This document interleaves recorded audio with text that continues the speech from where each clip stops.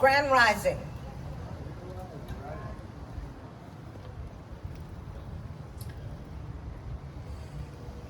To the elected officials that have found time in their busy schedules to come and touch us and to touch this house and to continue the work of making this country better.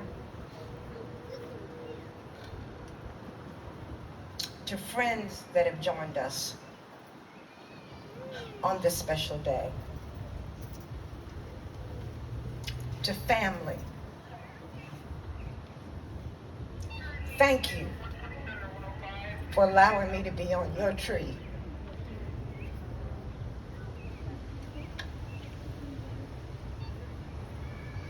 To the Ford family,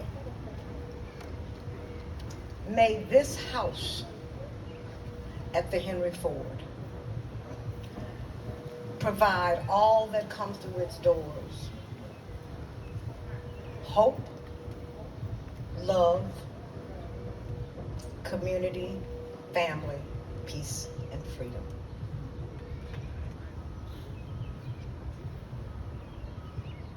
To the staff of the Henry Ford, to Patricia Meridian, thank you.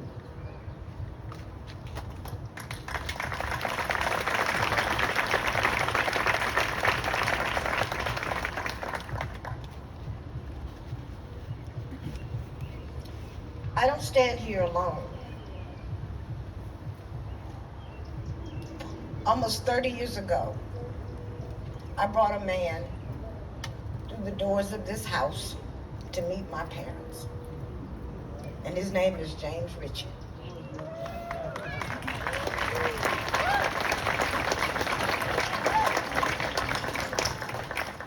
He walked through these doors. My parents welcomed him, as they did so many people. But this man was special.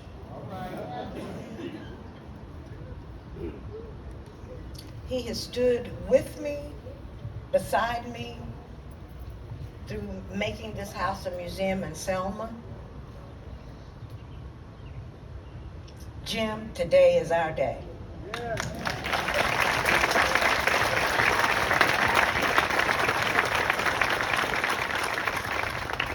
And you are every breath that I take.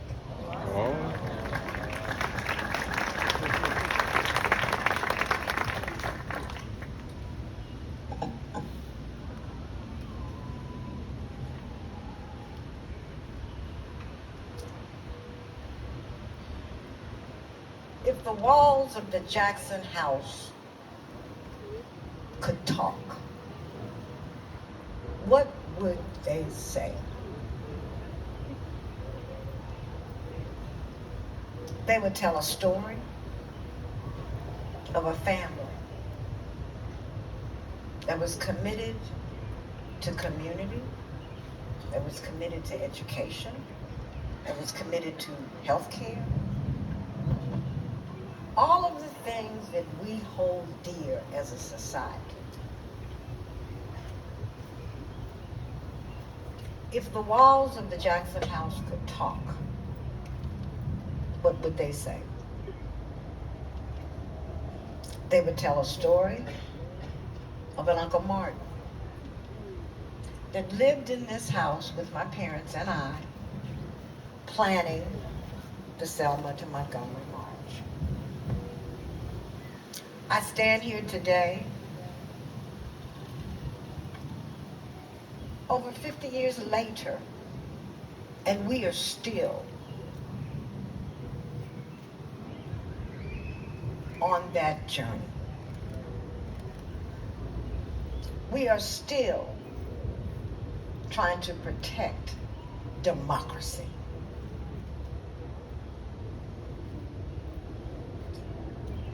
What Uncle Martin did in this house all those many years ago continues today. You know, when Jim and I welcomed visitors in Selma, I would tell them that when you leave this house and go back to your selected communities,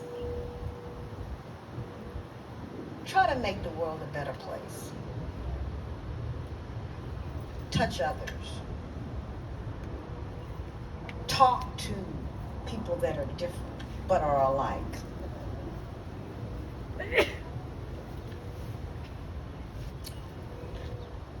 If the walls of the Jackson house could talk, what would they say?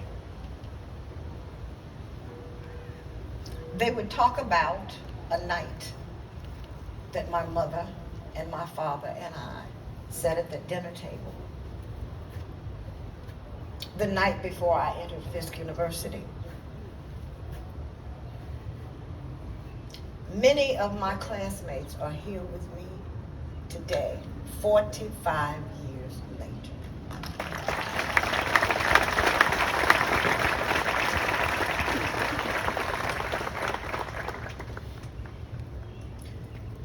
The journey has been long.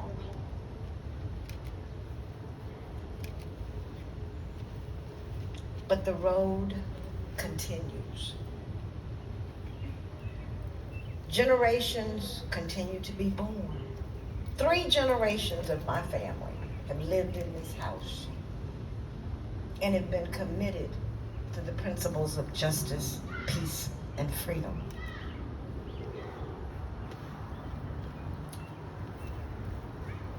When I wrap my arms around the fact that this house is now here at the Henry Ford in Greenfield Village, what great soil it is now resting on.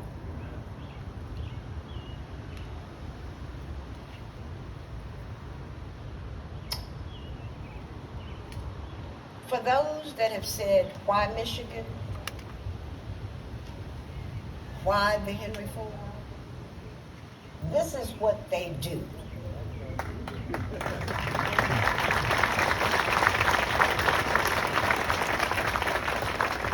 Greenfield Village was created by Henry Ford in 1929 to tell the story of America.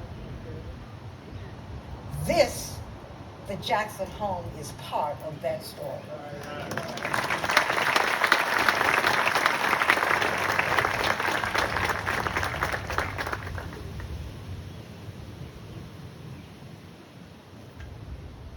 As Jim and I prepare for this house to be open to the world here, this is our message. This is our hope. It is not about the I. It is about the we. When we can come together as one, when we can create that tapestry that makes freedom and justice and democracy available for all, that is the mission. That is what has kept the doors of this house open for all people for so long. It never ceases to amaze me that after 100 years, this house is still welcoming people with a light that shines for all.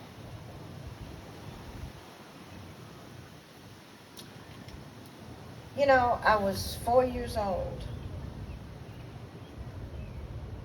when Dr. King lived in this house. But one day, having tea and cookies in that living room, he said, Joanna, promise Uncle Martin something. Well, I'm 4. Just to get a cookie from my Uncle Martin. I said, okay, I promise, Uncle Martin. He then said, promise, Uncle